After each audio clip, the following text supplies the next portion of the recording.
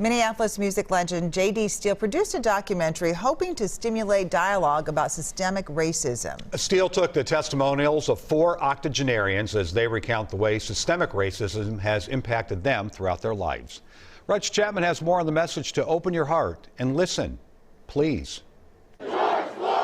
In the wake of the unrest in Minneapolis following the death of George Floyd, J.D. Steele felt it important to reflect on the experiences of those who have come before us in order to move forward. Because when you live to be 80+ years, you have lived it and seen it.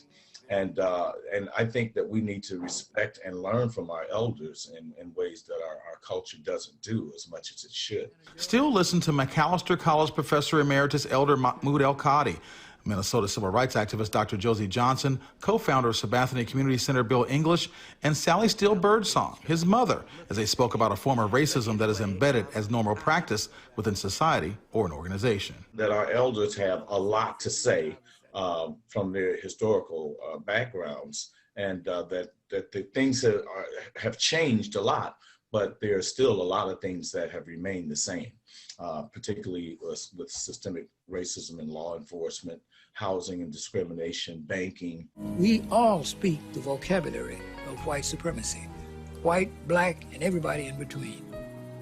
You've got to destroy that before anybody is free. Steele hopes this documentary stimulates thought, conversation, and action that will move our country away from what these elders say is an oppressive system that still exists today.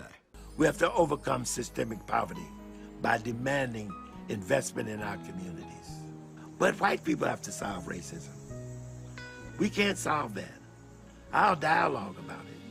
But they have to solve their own racism. They have to accept our humanity. Reg Chapman, WCCO 4 News.